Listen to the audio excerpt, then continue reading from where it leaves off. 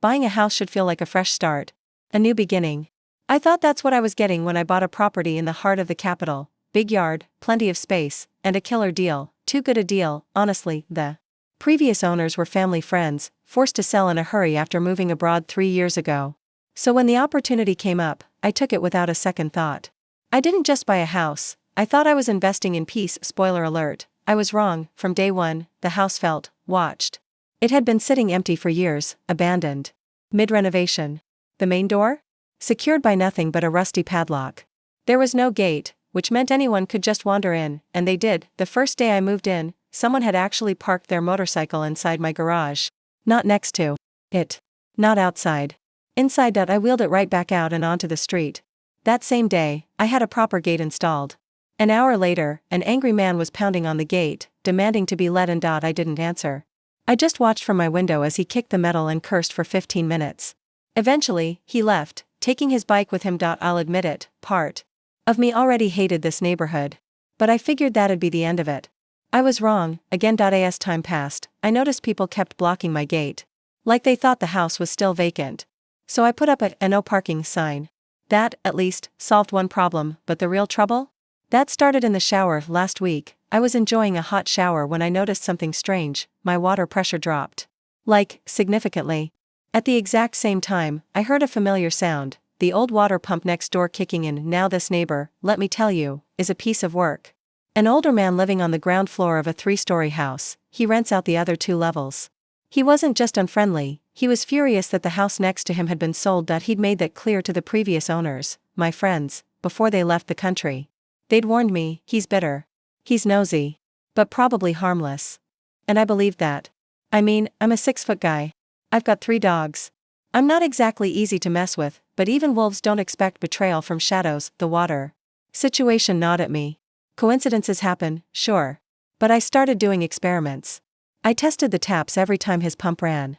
And every single time, my water pressure dipped. That's when the puzzle pieces started clicking. Even before I moved in, the water bills for this place were oddly high. Everyone assumed it was due to leaks from the renovation, but those numbers never quite added up. But now it made perfect sense. At some point in the last 3 years, this entitled old man must have helped himself, walked onto the property, found an access point, and started siphoning water straight from my supply. And that's when the emotion hit me. It wasn't about the money. I live in Asia. Our water bill, even with the dogs, the car, the garden, it's like $5 a month. It was about the principle, the gall it takes to steal from someone, to feel entitled to what you didn't earn, especially from someone who's done nothing to deserve it. I thought about confronting him.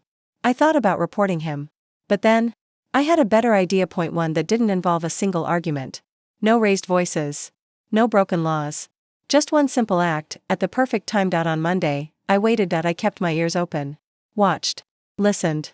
For that familiar thunk as his water pump kicked in, and right then, while his pump started sucking water, I walked to my meter and shut off the main valve, just like that. Now, here's the beauty of it, water tanks on our rooftops use a float valve system.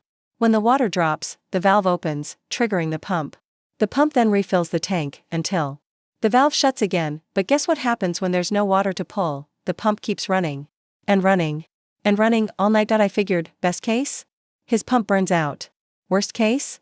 He's confused and calls a plumber. What I didn't expect was for it to burn through his ancient 90s era wiring. 2:03 a.m., I heard it. Muffled voices. Footsteps. Confused shouts from upstairs. The tenants were up. One was yelling, "Why is only our house without power?" Another added, "And no water either?" Then came the shouting. Directly at their landlord. And here's the thing. In my country, utilities like water and power are protected under tenant rights. If they go out, and it's not due to weather or an act of God, the landlord's legally responsible. By sunrise, one tenant had packed up and left. By midweek, both had filed police complaints, and guess who got slapped with a $500 fine? That angry old man. And that's just the start. He had to return both tenants' deposits. His property's now labeled unrentable until the wiring and water systems are fully restored, which could cost thousands, and with no rental income. The man's broke. I heard he's moving out this Sunday to live with his daughter. Can't afford to live alone anymore. His pride? Gone. His independence? Gone. His dignity? Drying up, just like his waterline. The best part? He came to my gate a few days later. Calm face. But I saw it in his eyes. He knew. He asked, "Did You shut off your water on Monday night? I looked him dead in the eye. Oh yeah, I said casually, one of my pipes had a leak. Plumber couldn't come till the next day. He stared at me for a moment. Said, okay. And walked away, but he knew, and the best part? He can't do a damn thing about it. Sometimes, justice isn't loud. It doesn't come with shouting matches or courtroom drama. Sometimes, it's just a quiet flick of a wrist. And watching the universe do the rest. Point two birds. One tap. If that revenge hit your soul like it hit mine, smash that like button.